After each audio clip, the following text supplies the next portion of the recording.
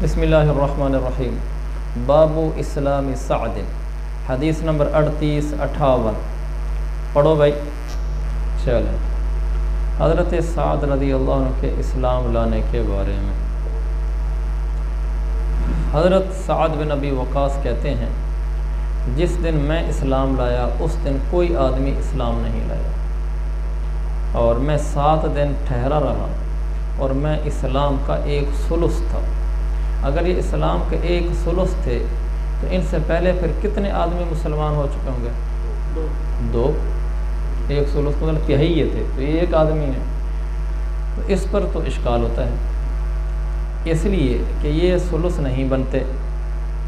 ان سے پہلے تو بہت سارے حضرات اسلام لا چکے ہیں۔ حضرت ابوبکر نے ان سے پہلے اسلام قبول کیا، حضرت علی، حضرت خدیجہ، یہ تو مشہور لوگ ہیں۔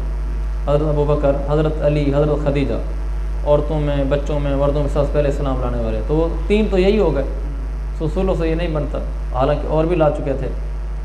تو اس کا جواب یہ ہو سکتا ہے کہ انہوں نے کہا ہے، ایک جواب تو یہ کہا ہے کہ نظراً الی اسلام الرجال البالغین، بالغ حضرات کو دیکھتے ہوئے انہوں نے کہا میں اسلام کا تیسرا تھا، یعنی انہوں نے ان کو شمار کیا ہے، بالغ مردوں کو، باقیوں نے شمار کیا، اور بالغ مرد 2 ہی تھے، حضرت حضور علیہ السلام اور حضرت ابوبکر رضی اللہ عنہ۔ یہ جواب عمدۃ القاری والے نے یہاں نہیں، 3660 نمبر والی حدیث میں وہاں لکھا ہے، وہاں سے یہ معلوم ہوتا ہے۔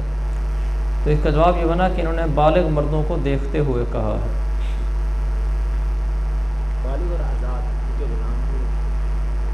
اس سے پہلے لیکن انہوں نے الرجال البالغین کہا ہے، بالغین۔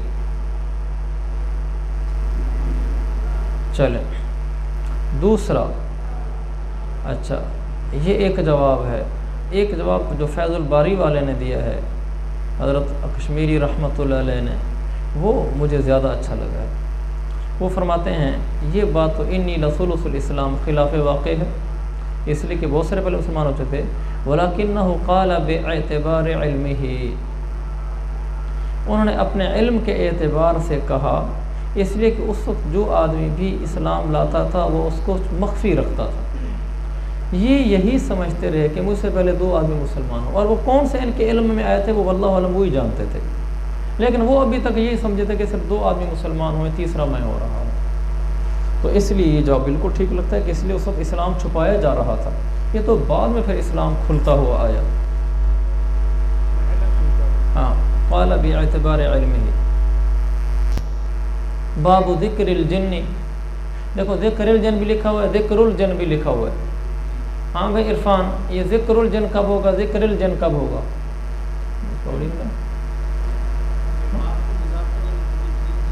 اور ہاں بھئی یہ اس لیے کہ اگر اس کو بابن پڑھیں گے تو پھر ذکر الجن پڑھیں گے، اور اگر بابو پڑھیں گے پھر ذکر الجن پڑھیں گے۔ اچھا، باب ذکر الجن وقول اللہ تعالی قل اوحی الی انہ استمع نفر من الجن، جنات کا تذکرہ اور اللہ تعالیٰ کے اس فرمان کی تفسیر۔ باب قول اللہ تعالی، یعنی اس آیت کی تفسیر آئے گی نیچے، جنات کا تذکرہ، یعنی جنات حضور کے پاس آئے تھے۔ عمدۃ القاری میں لکھا ہے کہ جنات کل 6 مرتبہ آپ صلی اللہ علیہ وسلم کے پاس، 6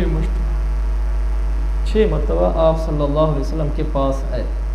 وہ 6 مرتبہ کون کون سا ہے، کس موقع پر آئے، پھر کس موقع پر آئے؟ اللہ رحمت نازل فرمائے محدثین پر۔ مولا علی قاری رحمۃ اللہ علیہ نے، علامہ عینی رحمۃ اللہ علیہ نے عمدۃ القاری میں یہ وہ 6 جگہیں بھی لکھ دی ہیں کہ کس جگہ میں کون کون سے ہے، جو دیکھنا چاہے اس کو دیکھ لو۔ ہاں بھی یہ حدیث ہے 3859، اس میں ہے حدیث، اس حدیث میں آگے حدثنا مسعر لکھا ہوا ہے نا، اچھا نیچے لکھا ہوا ہے بالمحملات کا منبر، سمجھ گئے ہوں گے کیا مطلب ہے اس کا؟ بالمحملات یہ سین ہے، شین نہیں ہے، عین ہے، غین نہیں ہے، را ہے، زا نہیں ہے، بالمحملات یہ سارے بغیر نقطوں والے، اگر نقطے والے ہوتے پھر ہوتا بالمعجمات۔ اچھا، اور آگے کا منبر، یہ مسعر ہے، منبر کے وزن پر، مسعر نہیں ہے، مسعر نہیں ہے، مسعر نہیں ہے، سب عربی کے الفاظ ہیں، اور اعلام میں تو ہر قسم آ جاتے ہیں، اس میں فعل بھی آتا ہے، مفعول بھی آتا ہے، سب کچھ آتا ہے۔ تو یہ ایک لفظ میں انہوں نے یعنی بجائے لمبا ضبط لکھنے کے بالسین المہملتی والعین المہملتی والراء المہملتی وزنہ بفتح الاولی و کسر الاولی و فتح الثانی، یہ لکھنے کے بجائے بڑا آسان سا بالمہملات کا منبر، بس یہ بھی ضبط لکھ دیا انہوں نے۔ تو یہ ضبط کا ایک طریقہ معلوم ہوا۔ عن بن عبد الرحمن سمعت ابی، معن بن عبد الرحمن کہتے ہیں میں نے اپنے والد یعنی عبد الرحمن بن عبداللہ بن مسعود ان سے پوچھا، ان سے سنا، وہ کہہ رہے تھے میں نے حضرت مسروق سے پوچھا، مسروق بن اجدع مشہور راوی ہیں، ان سے پوچھا من آذن النبی بالجن لیلۃ استمع القرآن، کہ جس رات جنہوں نے آپ سے قرآن سنا تو اس رات حضور صلی اللہ علیہ وسلم کو بتایا کس نے کہ یہ جن ہیں اور قرآن سن رہے ہیں؟ جن کا معنی نہ دکھائی دینے والی مخلوق، جن یجنو چھپنا یا چھپانا، جن چھپی مخلوق، جیم نون کا مادہ جہاں بھی آئے گا وہاں چھپنے کا معنی آئے گا، جیسے جن چھپی ہوئی مخلوق، اذا جن اللیل کیا آتا ہے قرآن میں، لما جن علیہ اللیل، رات چھا گئی یعنی رات نے سب کو چھپا دیا، مجنون جس کی عقل چھپا دی گئی ہو، جنہ کا مادہ جہاں بھی آئے گا اس میں یہی معنی ہوگا۔ ایسے کافرہ کا معنی بھی چھپانا، ہاں جنت کو جنت اس لیے کہتے ہیں ہماری آنکھوں سے چھپائی ہوئی ہے، وہ ہمیں نظر نہیں آتی، چھپا دی گئی ہے، ہر جگہ ایسے ہوگا۔ عربی کے تمام الفاظ تقریباً ایسے ہوتے ہیں۔ کافرہ کا معنی چھپانا، جہاں بھی کافرہ کا مادہ آئے گا اس کا معنی کفار ہوگا۔ اذ اعجب الکفار غیظہ، کیسے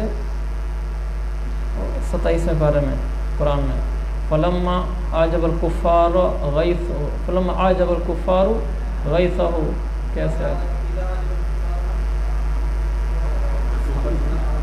ہاں اچھا اس طرح کی آیت ہے، اعجب الکفار غیظہ سے ملتے جلتے الفاظ ہے قرآن۔ ہاں چلیں اچھا باہر یہاں آتا ہے کہ اس کا مطلب یہ کہ کسانوں کو اپنی کھیتی اچھی لگی، اعجب الکفار، جی ہاں، اذ اعجب الکفار نباتہ، جب بالکل یہی ہے، اذ اعجب الکفار نباتہ، جب ان کفار کو ان کی کھیتی اچھی لگی، کفار سے مطلب کسان ہے، کیونکہ کسان اپنی اس کھیتی کو زمین کے نیچے چھپا کے آتا ہے بیج کو، پھر وہ باہر نکلتی ہے تو اچھی لگتی ہے۔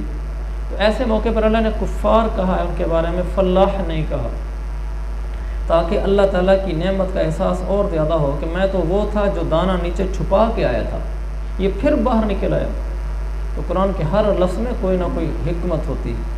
تو کافر کو کافر اس لیے کہتے ہیں کہ اس نے حقیقت کو چھپایا ہوتا ہے، اس لیے کہ توحید ایک ایسی حقیقت ہے جو انسان کو نہ بھی بتائی جائے تو سمجھ آ جاتی ہے کہ آخر یہ اکیلا سورج نکلتا ہے وقت پر، غروب ہوتا ہے وقت پر، آسمان بغیر چھت کے، یہ سب کچھ کون چلا رہا ہے؟ تو ایک ذات تو ہے، تو کافر اس کو وہ چھپاتا ہے۔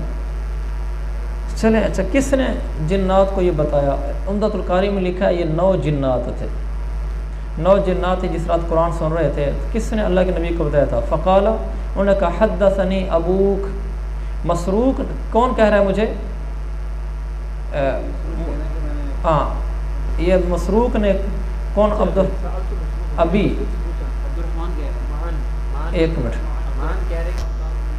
تو فقال حدثنی ابوک، فقال کی ضمیر جائے گی مسروق کی طرف۔ مسروق نے کہا عبد الرحمن بن عبداللہ بن مسعود کو، وہ پیچھے ابھی جو لکھا ہے، تو ان کو کہا کہ مجھے آپ کے باپ یعنی عبداللہ بن مسعود نے بتایا، انہو آذنت بہم شجرۃ، ان کے بارے میں درخت نے حضور علیہ السلام کو بتایا تھا۔ اچھا اس میں کچھ باتیں ہیں علمی لحاظ سے۔ ایک انہوں نے کہا حدثنی ابوک یعنی عبداللہ، حدثنی ابوک عبداللہ کیوں نہیں کہا، یعنی عبداللہ کیوں کہا ہے؟ اس کی کیا وجہ ہے؟ اس سے آسان بات تو یہ تھی حدثنی ابوک عبداللہ، مبدل منو بدل بن جاتا سیدھا سا۔ یاد رکھیں جب کہ سند کے اندر، حدیث کے اندر کوئی ایک نام آئے اس کے بعد آگے یعنی کا لفظ آئے یا ہوا کا لفظ آئے، یہ ضابطہ ہے کہ وہ راوی کی طرف سے اپنی طرف سے داخل کیا ہوا لفظ ہے، اصل روایت کا وہ لفظ نہیں ہے نا، راوی کی طرف سے۔ حدثنی ابوک یہ جو لفظ ہے نا یعنی، یہ لفظ یعنی یہ زید نہیں ہے، بلکہ روایت حدیث کا یہ ضابطہ ہے کہ راوی اگر اپنی طرف سے کسی شخص کے نام کی وضاحت کرے تو اس سے پہلے ہوا یا یعنی لکھنا لازمی ہوتا ہے، ورنہ من وجہ خیانت شمار ہوتی ہے یہ حدیث کے باب میں۔ اگر وہ ایسے کہہ دیتے حدثنی ابو کا عبداللہ تو یہ درست نہ ہوتا، اس لیے کہ روایت میں یہ نہیں ہے۔ اب یہاں کسی راوی نے آگے سے کہا، یعنی جو مسروق تھے انہوں نے عبداللہ نہیں کہا، مسروق نے اتنا کہا حدثنی ابو کا انہ آذنت، پھر کسی راوی نے درمیان میں اضافہ کیا۔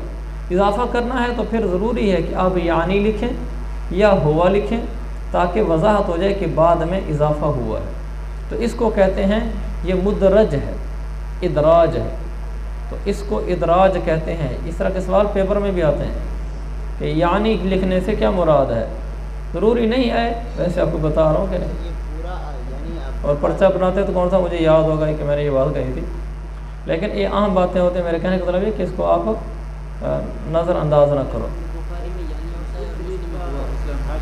میں عرض کیا نا کہ یا ہوا لکھتے ہیں یا یعنی لکھتے ہیں، اور یہ کوئی بخاری مسلم کے ساتھ خاص نہیں ہے، یہ حدیث کے ساتھ ہے، حدیث میں کہیں یعنی ہوگا کہیں ہوا ہوگا۔ یہ ہاں یہ بھی پتہ چل جاتا ہے بعض دفعہ کہ یہ ادراج کس نے کیا ہے، لیکن اس کے لیے بھی گہری تحقیق کی ضرورت ہوتی ہے۔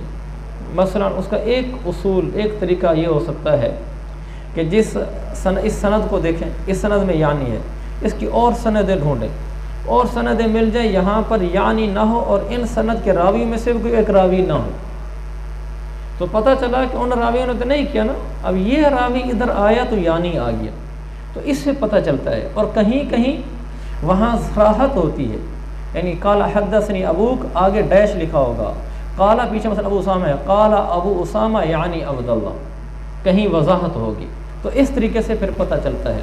اس لیے علم حدیث بہت واسع علم ہے، علم فقہ اتنا واسع نہیں ہے۔ واسع نہ ہونے کی وجہ یہ ہے کہ وہ مدون بہت ہو چکا ہے، اور ایک محدود مسائل ہیں، پاکی ناپاکی، جائز ناجائز، اجارہ شفع لقطہ، لیکن حدیث بہت وسیع ہے۔ تو انہ آذنت بہم شجرۃ، ان کو درخت نے اطلاع دی تھی۔ یہاں ایک یہ سوال پیدا ہوتا ہے کہ یہ درخت ہے تو درخت سے کون سا درخت مراد ہے؟ محدثین میں نے کہا نا بہت تحقیق کرتے ہیں، انسان ہے تو انسان کون سا مراد ہے، امرا ہے تو کون سی امرا مراد ہے، تو شاجرہ سے مراد کون سے شاجر ہے، تو ہمیں کیسے پتہ چلے گا؟ میں نے اصول بتایا ہوا ہے آپ کو، شاباش، دوسری کتب حدیث میں۔ آخر یہ حدیث صرف اسی جگہ تو نہیں ہوگی، اگر یہ صرف اسی جگہ پر ہو تو پھر اس کو کہا جاتا ہے تفرد بہ فلان، کہ یہ حدیث اس فلاں راوی نے، فلاں مصنف نے خود اکیلے نقل کی ہے، یا افردہ المصنف، مصنف نے اکیلے اس کو بیان کیا، مصنف کے ساتھ اس حدیث کو اور کوئی بیان کرنے والا نہیں ہے۔ یہ اصطلاحی الفاظ ہوتے ہیں، میں نے ان کو کہیں لکھا بھی تھا، ابھی تو میرے سامنے نہیں آ رہا، لیکن یہ ایسے ہی ہے، جب کوئی کہتا ہے نا افردہ المصنف، مصنف نے اس کو افراداً بیان کیا ہے، تو اس کا مطلب یہ ہوتا ہے کہ یہ بخاری نے نقل کیا ہے اور کتب حدیث والوں نے اس کو نقل نہیں کی ہے، ایسی کم روایت ہوتی ہیں۔ تو عرض یہ کر رہا تھا شاجرہ سے کون سا درخت مراد ہے، دوسری کتب حدیث بہت ساری ہیں، میں کبھی کبھی آپ کو نام گنواتا بھی رہتا ہوں، تو کسی کتاب میں تو آخر جہاں جنات کا تذکرہ ہوگا، اس آیت کی تفسیر کا تذکرہ ہوگا، حدیث ہوگی، وہاں ممکن ہے کسی حدیث میں درخت کا نام بھی ہو، تو وہاں سے ہم لے لیں گے کہ شاجرہ یراد بہ قضا کما فی کتاب فلاں، جیسے مثلا میں آپ کو بتاتا ہوں، اس کو ہم نے دیکھا تو مسند اسحاق بن راہویہ، جیسے مسند ابی داود ہے، مسند ابی داود الطیالسی، اور مسند مسانید بہت ساری ہیں، مسند احمد بن حنبل ہے، ایسے مسند اسحاق بن راہویہ، مسند اسحاق بن راہویہ، انہوں نے یہی سند ابو اسامہ سے بیان کیے، اسی سند کے ساتھ، یہاں بھی تو ابو اسامہ ہے نا، ابو اسامہ سے آگے یہی سند سے بیان کی ہے، ابو اسامہ نے کہا مسعر مان عبد الرحمن سمیت، ابھی یہی ہے، تو انہوں نے ابو اسامہ سے آگے اسی سند کے ساتھ بیان کی، اور مسند اسحاق بن راہویہ میں الفاظ یہ ہیں، یہاں ہے آذنت بہم شجرۃ، انہوں نے کہا آذنت بہم سمورۃ، سامورہ، سامورہ کس درخت کو کہتے ہیں؟ کیکر کے درخت کو، کہ ببول کیکر لکھے ہوتا ہے، ببول کے درخت کو، تو وہاں اس روایت میں لکھا ہے مسند اسحاق بن راہویہ میں آذنت بہم سمورۃ، تو ہم لکھیں گے شجرۃ المراد بہ سامورا لما وقع، یہ آپ کو اصطلاحی تعبیرات بتا رہا ہوں علم حدیث کے اندر لکھنے کی.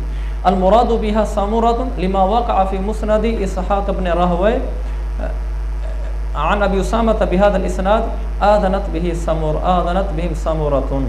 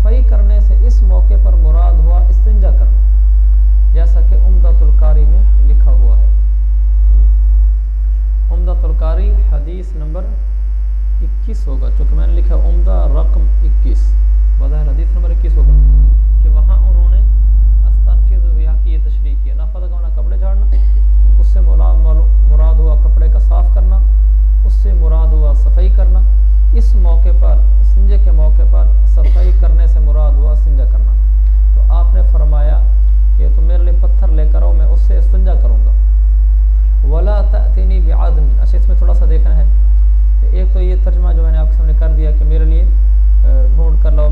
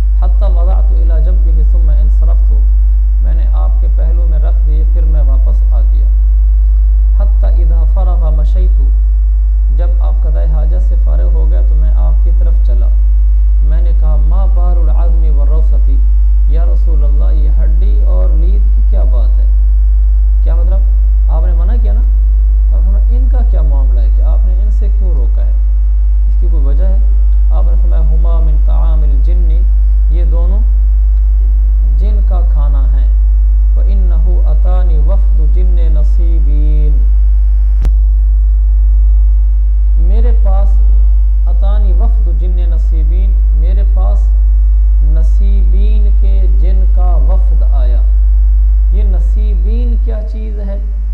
نصیبین ایک علاقہ ہے. جب یہ ایک علاقہ ہے، اب اس لفظ کا ضبط کیا ہوگا؟ یہ علاقہ کہاں واقع ہے؟ یہ علاقہ اب اس وقت کہاں پایا جاتا ہے؟ یہ علاقہ، اس کا نام نصیبین کس وجہ سے پڑا ہے؟ یہ ساری باتیں جب کسی علاقہ شہر کا نام ہو، اب اس کے بارے میں واضح بات ہے. القاموس الوحید تو ہمیں نہیں بتائے گی. قاموس الوحید میں تو وہ الفاظ ہیں جو عام طور پہ استعمال ہوتے ہیں. اعلام تو نہیں ہوں گے، شہروں کے نام تو نہیں ہوں گے، الا یہ کہ کوفہ، بغداد، مشہور شہر چند لکھے ہوں گے. ہر علاقہ لکھ دیا ہو، ایسا تو نہیں. قاموس الوحید ہو بھی نہیں سکتا. ساری لغت شہروں سے بھر جائے گی، علاقوں سے بھر جائے گی. تو اس کے لیے الگ لغات ہیں. یہ نون پہلے بھی میں کئی دفعہ کر چکا ہوں. علماء نے ہر فن پر الگ الگ لغات لکھ دی ہیں. بتائیں نا آپ کو، قرآن پر الگ ہیں، حدیث پر الگ ہیں، غریب الحدیث پر الگ ہیں، فقہ پر الگ ہیں، اصطلاحات فقہ پر الگ ہیں، اعلام پر الگ ہیں، لغت میں الگ ہیں. اسی طرح شہروں پر بھی الگ لغات لکھی گئی. شہروں پر تو اس میں جو سب سے مشہور اور معتبر لغت ہے شہروں کے بارے میں، اس کا نام ہے معجم البلدان. بہت مشہور ہے، ماخذ کی حیثیت رکھتی ہے. جب کسی علاقے کے بارے میں کچھ بتانا ہو تو اسی معجم کا معنی لغت اور بلدان کا معنی شہر، شہروں کی لغت. اور یہ جن کی لغت ہے وہ بڑے مشہور سے آدمی ہیں. اور شیخ امام شہاب الدین ابی عبداللہ یاقوت بن عبداللہ الحموی الرومی البغدادی، لیکن مشہور حموی کے نام سے ہے. یہ حموی کی لغت ہے. اس میں یہ میرے سامنے ہے معجم البلدان، جلد نمبر 7-8. اس میں ہم نصیبین دیکھتے ہیں. حروف ہجی کی طرف ہوگا بالکل. یہ میم چل رہی ہے، یہ آگے نون شروع ہو گئی ہے. یہ نون سواد بھی آ گئی ہے، نصیبین. اب اس نون سواد میں نصیبین بھی انشاءاللہ آ جائے گا. یہ آ گیا، نصیبین بھی آ گیا. اب دیکھیں اس کو لکھ رہا ہے بالفتح ثم الکسر نسی ثم یا، پھر یا کے ساتھ. اچھا، علامت الجمع الصحیح. اب دیکھو اس کا ضبط نیا طرز پہ کیا ہے. علامت الجمع الصحیح کیا کہنا چاہتا ہے؟ جمع صحیح کی علامت میں جو یا ہوتی ہے اسی طرز پر ہے. تو لہذا یہ کیا پڑھیں گے اس کو؟ نصیبین مسلمین کے وزن پر. یہ اس نے آگے سارا بتا دیا وزن نا. علامت الجمع صحیح. ومن العرب من يجعلها بمنزلة الجمع فيعربها في الرفع بالواو وفي الجر والنصب بالياء. بعض عرب ایسے ہیں کہ اس کو بس ایسے درجہ دیتے ہیں اس کا اعراب لکھنے میں. ضبط تو بتا دیا نصیبین، اب اعراب بتا رہے ہیں. اعراب کلمے کا آخر ہوتا ہے. بعض اس کو جمع کا درجہ دیتے ہیں تو اس کو رفع میں واو کے ساتھ، جر اور نصب میں یا کے ساتھ. یعنی هذه نصیبین اور مررت بی نصیبین. هذه نصیبون مررت بنصیبین ورأیت بنصیبین. یہ بعض اس کو یوں لکھتے ہیں، لیکن والاکثر یقولون نصیبین، اکثر اس کو نصیبینو کہتے ہیں. وَيَجْعَلُونَهَا بِمَنْزِلَةِ مَا لَا يَنْصِرِفْ مِنَ الْأَسْمَاءِ وَنِسْبَةُ إِلَيْهَا نَصِيبِيٌّ وَنَصِيبِينِيٌّ. جو اس علاقے میں رہتا ہے اس کو بعض نصیبی کہتے ہیں، جیسے لاہوری، ملتانی، مکی، اور بعض اس کو نصیبینی کہتے ہیں. فمن قال نصیبینی اجراہ مجرا ما لا ينصرف والزمہ الطریقۃ الواحدہ مما ذکرنا ومن قال نصیبی. اچھا آگے کہا یہ تو بتایا نا شروع میں اس کا ضبط، اس کا اعراب بھی اور ضبط بھی. ضبط اور اعراب الگ الگ چیزیں. او بھائی سو رہا ہے بزرگ کا. معجم البلدان کا مطالعہ کیا ہوا ہے پہلے؟ پھر اللہ کا نیک بندہ توجہ دے. تو پہلے اس کا ضبط بتایا، پھر اعراب بتایا. اچھا آگے ابھی پہلے اس کا ضبط بتا دیا، اعراب بتا دیا. آگے کا ہی مدینۃ عامرۃ من بلاد الجزیرۃ علی جادۃ القوافل من الموصل الى الشام وفی قراها على ما يذكر اهلها 40,000 بستان بینہا و بین، آگے لمبا چل رہا ہے نا، اس میں یہ باغات ہیں، فلاں جگہ واقع ہے، اور اتنا لمبا لکھا ہوا ہے کہ اس کا جو ہے نا لمبائی کتنی ہے اور طول کتنا ہے، طول بلد، عرض بلد، یہ ساری باتیں انہوں نے اس کو لکھی ہوتی ہیں۔ اور عام طور پر یہ بھی لکھا ہوتا ہے کہ اس کا یہ نام کیوں رکھا گیا ہے، اس کے بارے میں اشعار لکھے ہوئے ہیں۔ تو اور نصیبین، اس کے علاوہ اور کہاں کہاں کوئی شہر ہے، وہ بہت کچھ اس میں لکھا ہوا ہے۔ تو اس شہر کے بارے میں اچھا خاصا لکھ دیا۔ یہ ہے معجم البلدان، لیکن چونکہ یہ مفصل ہے، یہ ہمارے سامنے نون کی پٹی ہے اور 8ویں جلد ہے، جسے یہ لگتا ہے کہ بظاہر 10 جلدیں ہوں گی، تو 10 جلدیں پر کتاب ہے۔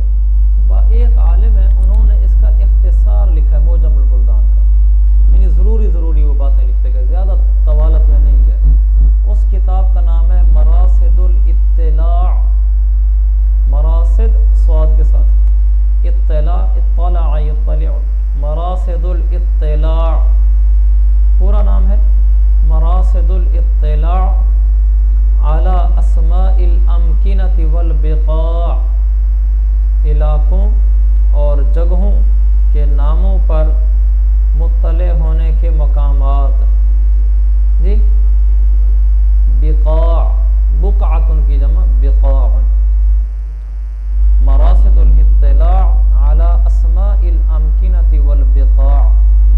اس لیے اگر تم خریدنا چاہو تو مراصد الاطلاع خرید لو، اور ایک ہی کافی ہے تمہیں، اور جلدیں تو اس کی مجھے معلوم نہیں، ایک جلد میں تو باہر وہ نہیں ہے، میں نے مطالعہ کیا ہے، استفادہ کیا ہے، لیکن اس وقت مجھے اس کی جلدوں کا علم نہیں ہے۔ اور ورنہ اگر کمپیوٹر لینا چاہو تو اس میں تو یہ دونوں ہی موجود ہیں، معجم البلدان بھی موجود ہے، مراصد الاطلاع بھی موجود ہے، اور BCU موجود ہیں۔ تو یہ لفظ نصیبین یہ ہوا۔ اب اس کا حاشیہ دیکھو نیچے، اب یہاں اس نے ضبط لکھا ہے لیکن تھوڑا سا اور طریقے سے لکھا ہے، طرز اور ہے، بفتح النون، آگے لکھا وکسر الصاد المہملہ، ٹھیک ہو گیا، اور آگے لکھا ہے وسکون التحتیتین وبالموحدۃ المکسورۃ بینہما، دیکھو کیسا لکھا ہے، سکون التحتیتین، نیچے 2 نقطے ہوں تو کیا ہوتا ہے، یا، تو جو دونوں یا ہیں نا، دونوں ساکن ہیں، لیکن یا نصیبین، سواد کے بعد یا اکٹھی تو نہیں ہے، آگے تو با ہے پھر یا ہے، اس نے کہا دونوں ایسی 2 یائیں، وبالموحدۃ المکسورۃ بینہما، کہ ان کے درمیان ایک مواحدہ ہے، وہ مکسور ہے، یا دونوں یا پر سکون، اور با جو ان دونوں کے درمیان ہے اس پر کسرہ، نصیبین، آخر میں وبالنون، آخر میں نون ہے۔ بلد بین الشام والعراق وفیہ مذہبان، منہم من یجعلہ اسما واحدا ویلزمہ الاعراب کاعراب الاسماء الغیر المنصرفہ، ومنہم من یجریہ مجرى الجمع کذا فی الکرمانی۔ کیونکہ یہ لغت کی بات ہے نا، تو اس لیے اس کو کرمانی والا نے بطور خاص لکھا کہ اس لفظ کے اعراب کیا ہیں، اس لفظ کا ضبط کیا ہے، اس کی زیر زبر کیا ہے۔ منگوائی تھی ہم نے اپنے مدرسے کی لائبریری کے لیے، مدرسے والوں سے کہا تھا تو ان کو ملی نہیں ہے پاکستان سے، کہیں سے کوئی ساتھی پتہ کرا کے منگا دے تو انشاءاللہ منگا لیں گے، پیسے مثلا اس مدرسے سے دیں گے، منگوانے سے پہلے بتا دیں۔ اچھا آگے کہا وَنِعْمَ الْجِنُّ، اور یہ کیا ہی اچھے جن تھے، فَسَأَلُونِي الزَّادَ، اور ان جنوں نے مجھ سے زاد رہ مانگا، حضور صلی اللہ علیہ وسلم سے۔ زاد کا معنی کھانے پینے کا سامان، زاد راہ یہی ہوتا ہے نا، انہوں نے مجھ سے کھانے پینے کے سامان کا سوال کیا، تو میں نے اللہ سے دعا کی، اللہ یمر بعظم ولا بروثۃ، کہ یا اللہ وہ جس ہڈی اور جس لید کے پاس سے بھی گزریں، الا وجدوا علیہ طعاما، تو اس پر وہ کھانا پائیں، جس ہڈی کے پاس سے گزریں اس ہڈی پر کھانا پائیں، جس لید کے پاس سے گزریں اس پر کھانا پائیں۔ کھانا پائیں کا کیا مطلب ہے؟ کھانا پانے کے 2 مطلب ہیں جو فتح الباری میں لکھے ہیں۔ نمبر 1، کھانا اس پر بن جائے، یعنی ہڈی کے اوپر کوئی کھانا بن جائے تو وہ اس کھانے کو کھا لیا کریں، اور لید کے اوپر کوئی کھانا بن جایا کرے تو اس کو کھانا کھا لیا کریں، اور دوسرا طرف یہ ہے کہ خود اس چیز میں کھانے کا ذائقہ آ جائے، ہڈی کھائیں اور جیسے کھانا کھا رہے ہوں، لید کھائیں جیسا کہ کھانا کھا رہے ہوں۔ اس میں تھوڑا سا اشکال ہوتا ہے کہ لید کھلانا تو ایک اچھی چیز نہیں ہے، جبکہ جن بھی ایسے مکلف ہیں جیسے ہم انسان مکلف ہیں عبادات وغیرہ کے بھی۔ جنت میں جس طرح انسان جائیں گے اسی طرح جنات بھی جائیں گے۔ وما خلقت الجن والانس الا لیعبدون، عبادت کے مکلف تو دونوں ہیں، تو لید والی بات قابل غور لگتی ہے، لہذا عمدۃ القاری میں دیکھا تو وہاں اس کا حل ملا، لیکن حدیث نمبر 21 کے تحت انہوں نے لکھا ہے، انہوں نے لکھا کہ العظم طعام الجن انفسهم والروث طعام لدوابهم، ہڈیاں خود جن کھاتے ہیں اور لیدیں ان کے جانور کھاتے ہیں۔ یہ بات بڑی معقول سی لگتی ہے۔ چلیں جی آگے چلو، یہ آگے ہے باب اسلام ابی ذر، حدیث نمبر 3861۔ اچھا سن لو بھائی آپ لوگ، یہ والی حدیث بخاری شریف میں لکھ لو، حدیث نمبر 3522 میں ہے، لکھو، اس لیے لکھوا رہا ہوں کہ اس سے متعلقہ کام آپ کے ذمہ لگانا ہے۔ 3522 3522 اور مسلم شریف میں 2473۔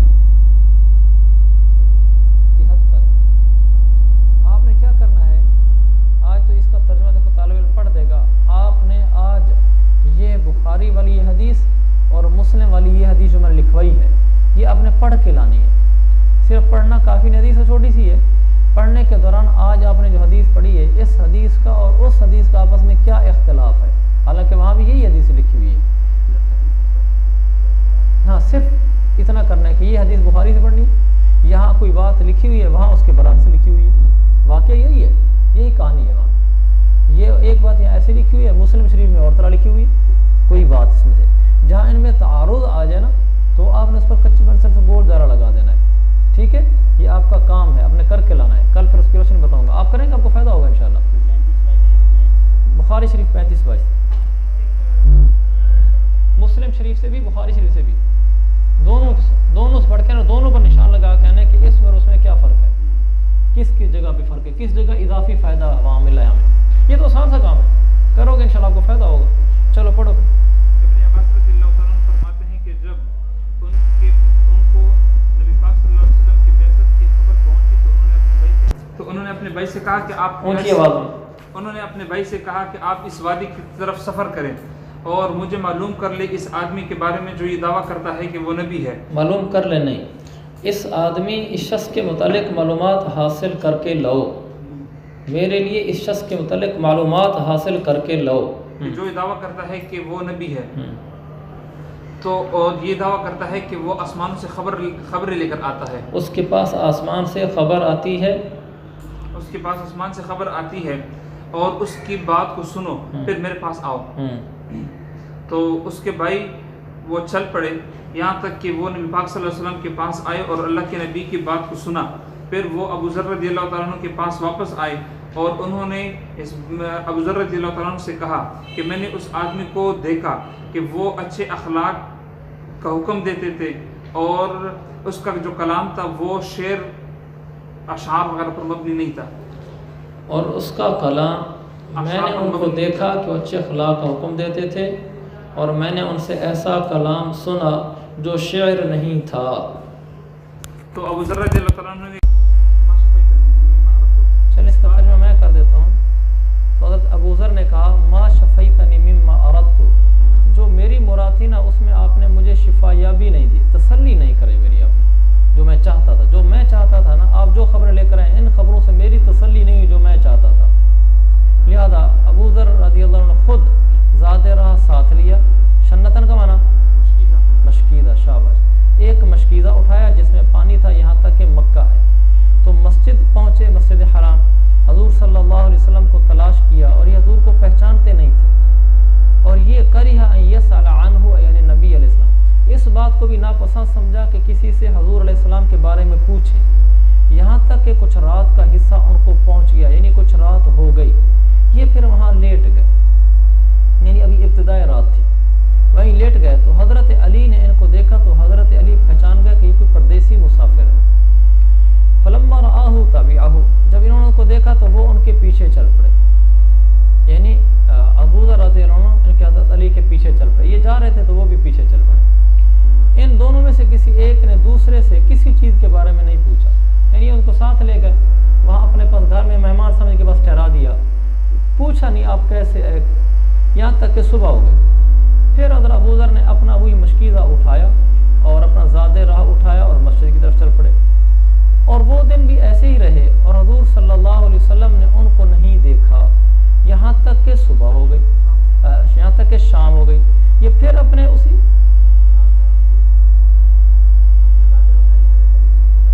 نا زیادہ ہو، یہ اسم ہے، احتمل قربتہ اور مشیزہ اٹھایا وہ زیادہ ہو، اور اپنا زادِ راہ اٹھایا، اپنا زادِ راہ اٹھا کر مسجد کی طرف آ گئے۔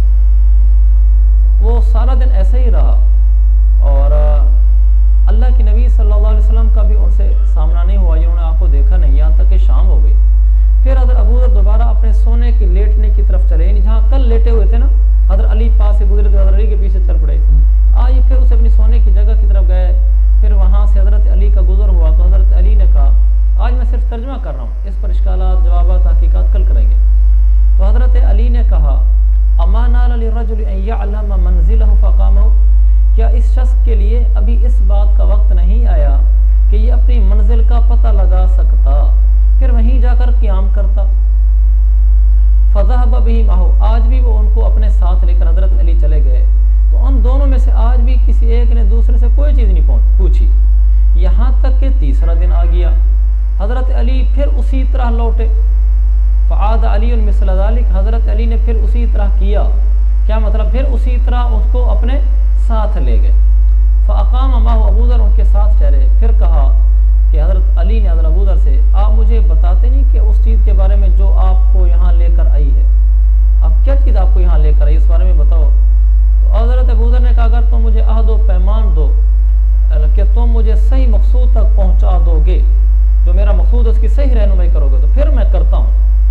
ففعل فاخبرہ، حضرت علی نے عہد و پیمان دیا تو انہوں نے بتا دیا کہ میں حضور سے ملنے کے لیے آیا ہوں، میں نے سنا ہے وہ اللہ کا رسول ہے۔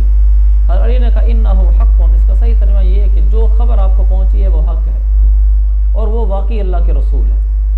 اب حضرت علی نے کہا کہ جب کل صبح ہوگی میں صبح کروں گا تو تم میرے پیچھے چلنا، اگر میں کوئی ایسی چیز دیکھوں جس کے بعد جس چیز کو دیکھ کر مجھے تمہارے اوپر خوف آئے، یعنی تمہارے لیے نقصان دہ ہے، تو میں کھڑا ہو جاؤں گا، کأنی اریق الماء، میں ایسے کھڑا ہو جاؤں گا گویا کہ میں ابھی پیشاب کروں گا، میں اس طرح کھڑا ہو جاؤں گا گویا کہ میں ابھی پیشاب کروں گا۔ تو یعنی آپ چلتے رہنا، اگر میں چلتا رہوں تو تم بھی میرے پیچھے چلتے رہو، حتی تدخل مدخلی، یہاں تک کہ تم بھی وہیں داخل ہو جو میں داخل ہوں گا۔ تو حضرت ابو ذر نے ایسے کیا۔ اگلے دن حضرت ابو ذر فانطلق یکفوہ، حضرت ابو ذر حضرت علی کے پیچھے چلتے رہے یہاں تک کہ حضرت علی حضور صلی اللہ علیہ وسلم کے پاس داخل ہوئے، یہ ابو ذر بھی ساتھ داخل ہو گئے۔ حضرت ابو ذر نے حضور علیہ السلام کی باتیں سنی اور اسی جگہ مسلمان ہو گئے، یعنی فوراً مسلمان ہو گئے۔ اللہ کے نبی نے فرمایا، اپنی قوم کی طرف واپس چلے جاؤ، ان کو بتاؤ، خبر دو، یہاں تک کہ میرا معاملہ تمہارے تک پہنچ جائے۔ اس کی کیا تشریح کا لفظ کروں گا؟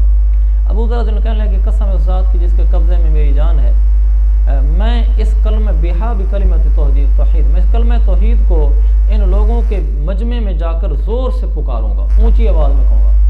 پھر ابو ذر نکلے یہاں تک کہ مسجد پہنچے اور بہت اعلیٰ اونچی آواز میں آواز دی، اونچی آواز میں پکارا، کہنے لگے، اشہد ان لا الہ الا اللہ وان محمد رسول اللہ۔ پھر لوگ اٹھ کھڑے ہوئے، ان کو مارا، یہاں تک کہ نیچے گرا دیا۔ حضرت عباس آئے، ان کے اوپر جھک گئے، کہنے لگے، تمہارا ناس ہو، کیا تمہیں پتہ نہیں ہے کہ یہ قبیلہ غفار سے ہے اور تمہارے تاجروں کا راستہ ملک شام کی طرف ادھر ہی پڑتا ہے؟ تو حضرت عباس نے ان کو ان لوگوں سے بچا لیا، چھڑا لیا۔ پھر اگلے دن حضرت ابو ذر نے پھر ایسے کیا، پھر لوگوں نے مارا اور لوگ ان کی طرف سارو الیہ، لوگ ان کی طرف لپک پڑے، ٹوٹ پڑے۔ حضرت عباس پھر ان کے اوپر جھک گئے اور ان کو وہاں سے بچا لیا۔ اس کی تشریح اور تحقیقی مباحث کل کریں گے انشاءاللہ۔